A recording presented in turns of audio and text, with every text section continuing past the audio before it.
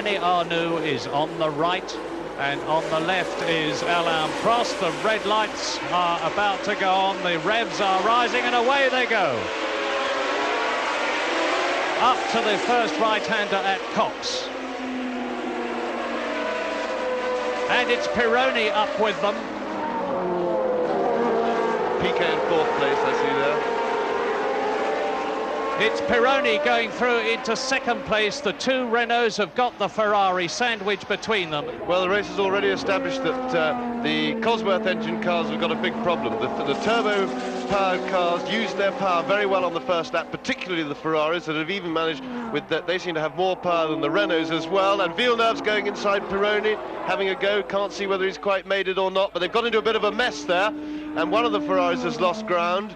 There is the leader, Alain Prost, in the turbocharged Renault, number 15, 26 years old, his 20th Grand Prix, and it looks to me as though Arnoux is taking that second place. Indeed he is. Arnoux is taking the second place from Pironi, and Piquet is ahead of Villeneuve through the chicane. Arnoux, Pironi, Piquet, Villeneuve, Jones, and off goes the Ferrari into the catch fencing goes De Cesaris. Alan Jones is off. So out of the race is Alan Jones, Villeneuve and De Cesaris. Well, that's a real shame. There is Andrea De Cesaris out of his car. He looks perfectly all right, and Villeneuve has rejoined the race, but Alan Jones is out of his car. See, Villeneuve, the third of the cars, coming now. He loses a bit on the curb. He spins the car. Alan Jones can't avoid him behind, and the following runners, they can't see anything. A great shame for the following drivers. De Cesaris going so well. He's had a lot of trouble with crashing. That certainly wasn't his fault. He'll be furious about that, but Watson at least managed to get away. You see John Watson on the left of your screen. There's De Cesaris looking most unhappy about the whole thing. And there's Piquet. That's Piquet. Nelson Piquet's gone off again, and it's getting to be a habit, regrettably, with Nelson Piquet. It's by no means the first time he's done it. The man who was in third position in the British Grand Prix on lap 12 is out of the race, and obviously I should think he must have caught his foot. Now Watson, in fact, is very well placed to tow past Reutemann into the chicane here. If you watch, he's getting a good draft. He'll pull out. This is the battle for third, and indeed Watson is he? Yes, he's going through on the inside. John Watson up into fourth position with a superb passing manoeuvre past Carlos Reutemann, and now he's setting about Didier Pironi, the third place man, the Ulsterman, the only British driver in this British Grand Prix of 1981, and he was very bullish about winning, and he goes through into third position. Fantastic driving by Watson. The only point is, can the Ferrari now with its power catch him down the straight? Watson did a beautiful passing manoeuvre on Reutemann because he feinted to his left. Reutemann protected that. He then moved inside. He fooled it out. Oh, I think the Ferrari's in trouble. The Ferrari seems to have slowed down. He's having to come from a long way behind the Ferrari, and he's nearly slid into him. Pironi kept out of the way very nicely, and Watson was through. And it was a fine piece of aggressive driving. Watson's driving really well now. His confidence is back, and everything's fine. Whoop. And the Ferrari, the turbo, is on fire. I suspect that's the trouble. Into the pits comes the race leader. What a sensational British Grand Prix this is turning out to be, because now Alain Prost is in trouble. And look at the uproar in the Renault pit. New race leader, René Arnoux, the man from Magny-Cours in his 41st Grand Prix.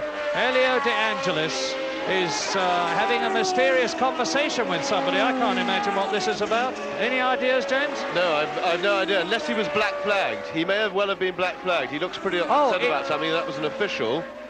I accuse you, he is saying. And this is turning into a very strange British Grand Prix.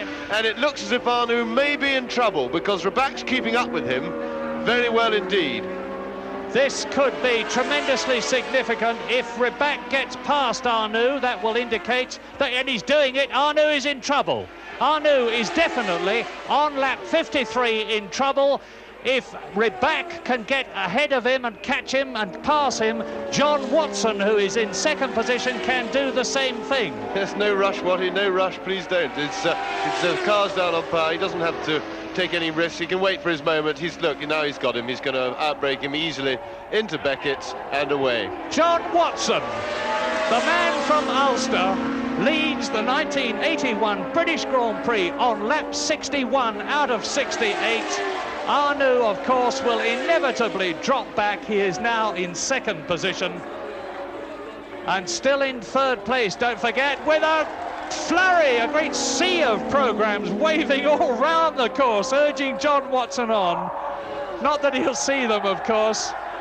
Well, let us remember that John Watson made a magnificent recovery in the opening stages of the race, lap 5 in fact, but he has fought back superbly in an undamaged and magnificent motor car, and he's coming through now to complete his 64th lap into the chicane and out of it. And the time difference between John Watson and Arnoux stopping. As I talk, as Arnoux crosses the line, he stops on the pit straight. Halfway down the pit straight, there is his engine just exploded. It gave a great boom as it went past me. Up into second place will go Carlos Reutemann. Into the chicane, the crowd roars, and the British Grand Prix has been won by a British car with a British driver. His name, John Watson. And there's the victory salute. When those two Renaults were ahead of you, did you really think you were going to win this race? No, not really, because they had such a lead.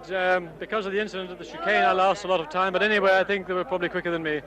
So I was fortunate today. It makes up for some of the other bad times.